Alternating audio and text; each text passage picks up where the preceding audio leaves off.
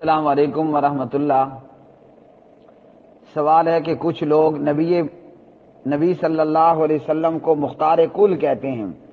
دلیل کے طور پر جناب حسن حسین علیہ السلام اور عشرہ مبشرہ رضوان اللہ علیہ مجمعین کو ضمانت والی روایات بیان کر کے۔ میرے پیارے بھائی راشد محمود خان، بات یہ ہے کہ پیارے نبی نے جو کہا وہ اپنے پیٹ سے نہیں کہا۔ اعوذ باللہ من الشیطان الرجیم وما ينطق عن الهوى ان هو الا وحی یوحی علمہ شدید القوى ذو مرۃ فاستوى وَهُوَ بِالْأُفُقِ الْأَعْلَى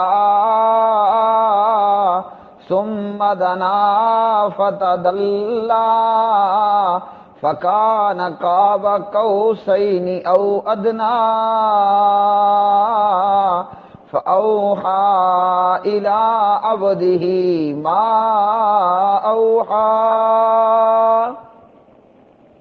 یہ قرآن پاک تھا، صبح کی پہلی تلاوت۔ تو پیارے بھائی، نبی علیہ السلام نے جو کہا وہ بذریعہ وہی کہا۔ اللہ رب العالمین نے جو چاہا وہ اپنے نبی کو حکم دیا اور پیغمبر نے کہہ دیا۔ اسی میں ہے کہ آپ نے نام لے کر کہا ابو بکر فی الجنہ، عمر عثمان فی الجنہ۔ اسی میں کہا ہے کہ آپ نے فرمایا حسن و حسین جنت کے نوجوانوں کے سردار ہوں گے۔ ٹھیک ہے، اب جو کہتا ہے کہ نبی مختار کل ہے، اگر پیغمبر مختار کل ہوتا یا ہوتے، ہیں جی سب کو لے لیں۔ لوط علیہ السلام کی بیوی لونڈے باز قوم کے ساتھ ہی عذاب کے اندر مبتلا ہو جاتی، کیا خیال ہے؟ نوح علیہ السلام کا بیٹا کافر لوگوں کے ساتھ ہی کافر ہو کے غرق ہو جاتا۔ ابراہیم علیہ السلام کا باپ آزر، ہاں جی، جس کے گھر ابراہیم پیدا ہوئے، بڑے ہوئے، جوان ہوئے، کھایا پیا، ہیں؟ اگر پیغمبر مختار کل ہوتا تو آزر بجو بنا کر جہنم ڈال دیا جاتا۔ اللہ اکبر۔ اگر پیغمبر صلی اللہ علیہ وسلم مختار کل ہوتے، عقل کے اندھوں اور عقل کے دشمنوں، تو پیغمبر کو بی بی آمنہ صحابہ کے استغفار کے لیے منع کر دیا جاتا۔ اگر پیغمبر مختار کل ہوتے تو پیغمبر یہ فرماتے ان ابی و اباک فی النار، میرا اور تیرا دونوں کے باپ جہنم میں، رواہ مسلم۔ اگر پیغمبر مختار کل ہوتے تو جناب ابو طالب بغیر کلمہ پڑھے ہی دنیا سے رخصت ہو جاتے۔ کیا خیال ہے؟ اگر پیغمبر مختار کل ہوتے تو عبداللہ ابن ابی ابن سلول تو جنتی ہوتا۔ ایک وہ ہے کہ جس کا جنازہ میں محمد اقبال پڑھا دوں، ہیں؟ ایک وہ ہے کہ جس کا جنازہ میں پڑھا دوں، ایک وہ شخص ہے کہ جس کا جنازہ مبشر احمد ربانی پڑھا دیتا ہے، ایک وہ بندہ ہے کہ جس کا جنازہ مفتی عبد الرحمان عابد پڑھا دیتا ہے، ایک وہ بندہ ہے کہ جس کا جنازہ عبدالسلام پڑھا دیتا ہے حفظہم اللہ تعالی۔ کیا خیال ہے؟ اور ایک وہ ہے کہ جس کا جنازہ کائنات کے امام نے پڑھایا۔ اللہ اکبر۔ عبداللہ بن ابی ابن سلول کا جنازہ کس نے پڑھایا؟ حضرت محمد الرسول اللہ صلی اللہ علیہ وسلم نے پڑھایا۔ اور آپ کا جنازہ پتہ ہے کیسے ہوتا تھا؟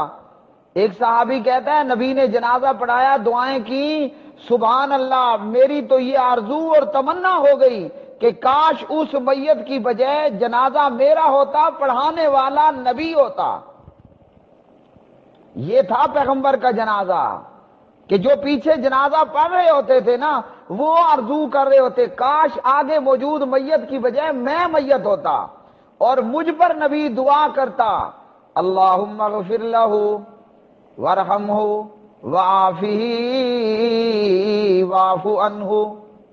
تو پیغمبر نے جنازہ پڑھایا عبداللہ بن ابی بن سلول کا۔ اچھا، صرف جنازہ پڑھایا؟ نہیں، پیغمبر نے اپنا کرتا عبداللہ ابن ابی کو ڈال دیا، پہنا دیا۔ اب بتائیے کہ پیغمبر کا کرتا کتنا عظیم ہے۔ حالانکہ انبیاء علیہ الصلوۃ والسلام کے باقیات سے تبرک حاصل کرنا درست ہے، جیسے وہ تابوت سکینہ کا قرآن مجید میں ذکر ہے، جس طرح حدیث کے اندر نبی علیہ السلام کے بالوں کا ذکر موجود ہے، اور پیغمبر کا تو جناب محمد الرسول اللہ صلی اللہ علیہ وسلم کا پسینہ تو جو ہے وہ کستوری اور عطر سے بھی زیادہ، کہیں زیادہ خوشبودار اور معطر، اور وہ پیغمبر اپنا کرتا عبداللہ بن ابی کو ڈال دیتا ہے، تو پیارے نبی کے جسم سے پسینہ نکلے ہوگا، آپ کے کرتے کو بھی پسینہ لگا ہوگا نا، اور وہی کرتا عبداللہ بن ابی ابن سلول کے مومن بیٹے کی درخواست پر پیغمبر نے عبداللہ ابن ابی ابن سلول منافق کو ڈال دیا۔ اگر پیغمبر صلی اللہ علیہ وسلم، اگر جناب محمد الرسول اللہ صلی اللہ علیہ وآلہ وسلم مختار کل ہوتے عقل کے اندھوں اور بد عقیدہ اور مشرکوں، تو قرآن مجید فرقان حمید کی یہ آیات بینات کیا اللہ سبحانہ و تعالی نازل فرماتے؟ عبداللہ بن ابی کا نبی علیہ السلام نے جنازہ پڑھایا، اپنا کرتا ڈال دیا، اور اللہ رب العالمین نے پیغمبر سے کیا کہا؟ وَلَا تُصَلِّ عَلَىٰ أَحَدٍ مِّنْهُمْ مَاتَ أَبَدًا وَلَا تَقُمْ عَلَىٰ قَبْرِهِ إِنَّهُمْ كَفَرُوا بِاللَّهِ وَرَسُولِهِ وَمَاتُوا وَهُمْ فَاسِقُونَ۔ اس سے پہلے کیا فرمایا؟ استغفر لهم او لا تستغفر لهم ان تستغفر لهم 70 مرة فلن يغفر الله لهم ذلك بأنهم كفروا بالله ورسوله والله لا يهدي القوم الفاسقين۔ میں مسلمان جنتا، مسلمان عوام سے یہ اپیل کرتا ہوں، اللہ کے لیے قرآن پڑھو۔ کوئی مولوی تمہیں دیوبندی اور بریلوی نہیں بنا پائے گا۔ کب؟ جب تم قرآن پڑھو گے۔ قرآن تمہیں پڑھنے نہیں دیا جاتا۔ جو جتنا بڑا ڈھکوسلا اور گھڑنتو لگا لے، آگے جاہل جنتا کہتی ہے واہ واہ واہ واہ واہ بھائی واہ واہ واہ۔ کیوں؟ قرآن ہی نہیں پڑھا نا۔ آؤ قرآن کیا کہتا ہے؟ عبداللہ ابن ابی مر گیا ہے، اللہ سبحانہ و تعالیٰ نے فرمایا ان منافقوں کے لیے پیغمبر آپ بخشش مانگے یا نہ مانگے، ایکول ہے، برابر ہے۔ کس کو کہا؟ مجھے کہا؟ نہیں کہا نا۔ پیغمبر کو کائنات کے امام سے اللہ سبحانہ و تعالیٰ نے فرمایا آپ ان کے لیے استغفار کریں نہ کریں، ایکول ہے، برابر ہے۔ مطلب کرو بھی یا نہ کرو بھی کیا ہوگا؟ اللہ رب العالمین فرماتے ہیں ان کے لیے استغفار کریں یا نہ کریں، اور بھلے آپ ان کے لیے 70 بار بھی بخشش مانگیں، فَلَن يَغْفِرَ اللَّهُ لَهُمْ، اللہ انہیں نہیں بخشے گا۔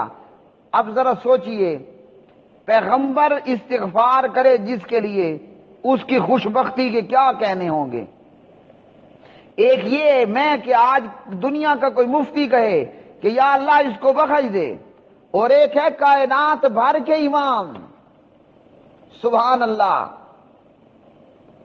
وہ استغفار کر رہے ہیں اور کہا کہ کرو یا نہ کرو، بھلے تم 70 بار استغفار کرو، اللہ نے ان کو نہیں بخشنا، اس لیے کہ انہوں نے اللہ اور اس کے رسول کے ساتھ کفر کیا، اور اللہ تعالیٰ نافرمان لوگوں کو ہدایت نہیں دیتا۔ اب چونکہ پیغمبر کو منع نہیں کیا گیا تھا نا، اجازت دی کہ آپ استغفار کریں نہ کریں، اور بھلے 70 بار کریں، تو آپ اللہ سبحانہ و تعالیٰ ان کو بخشے گا نہیں۔ پیغمبر نے جنازہ پڑھا دیا کیونکہ ممانعت نہیں آئی تھی، اور اگلا حکم اللہ نے کیا دیا؟ وَلَا تُصَلِّ عَلَىٰ أَحَدٍ مِّنْهُمْ مَاتَ أَبَدًا وَلَا تَقُمْ عَلَىٰ قَبْرِهِ، اے نبی ان میں سے جو مر جائے آپ اس کی نماز ہرگز نہ پڑھیں، یعنی آئندہ کے لیے منافق مر جائے منافق کا جنازہ نہیں پڑھنا اور نہ ہی اس کی قبر پہ کھڑے ہونا ہے۔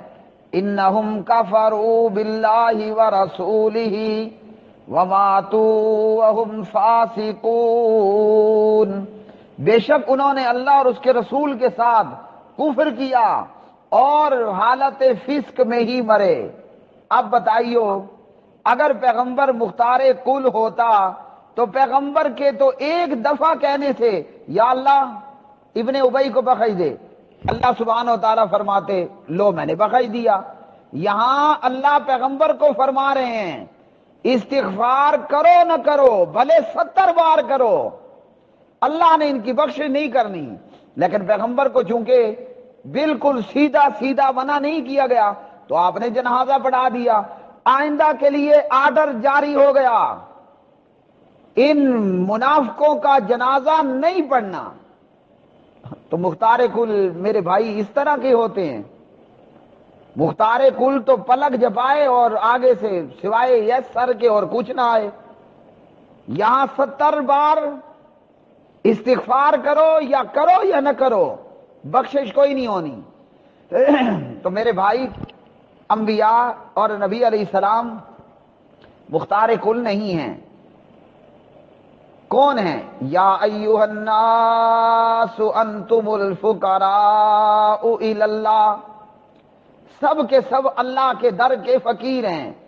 یا ایھا الناس انتم الفقراء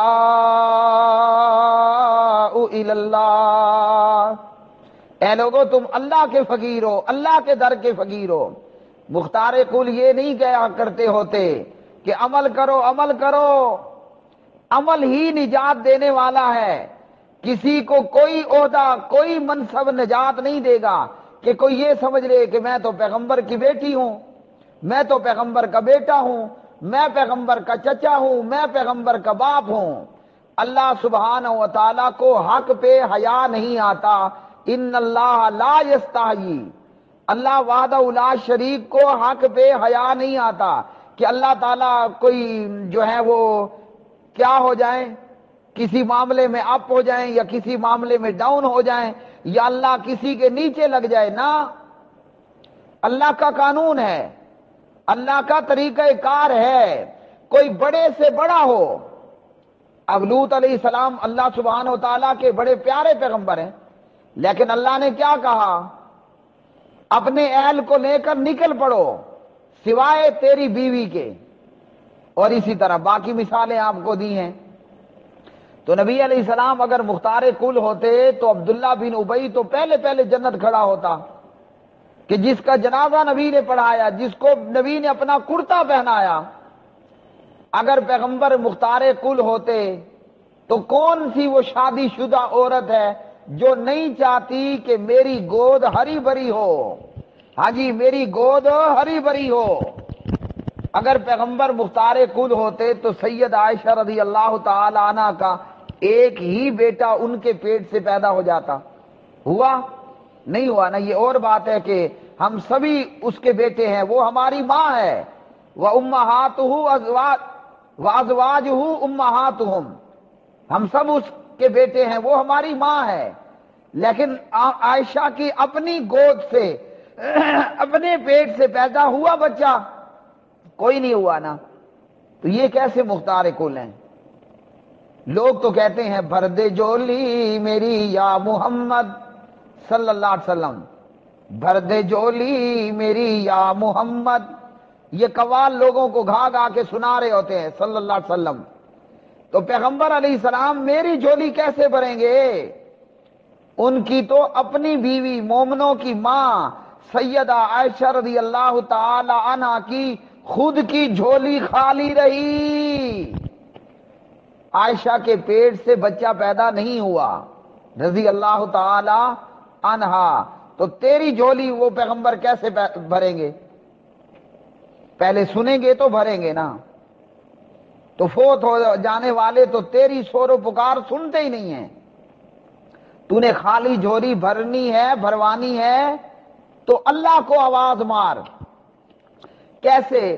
جیسے حضرت خولہ نے اللہ سبحانہ و تعالیٰ کو آواز لگائی، قد سمع اللہ قول التی تجادلک فی زوجہا وتشتکی الی اللہ واللہ یسمع تحاورکما ان اللہ سمیع بصیر۔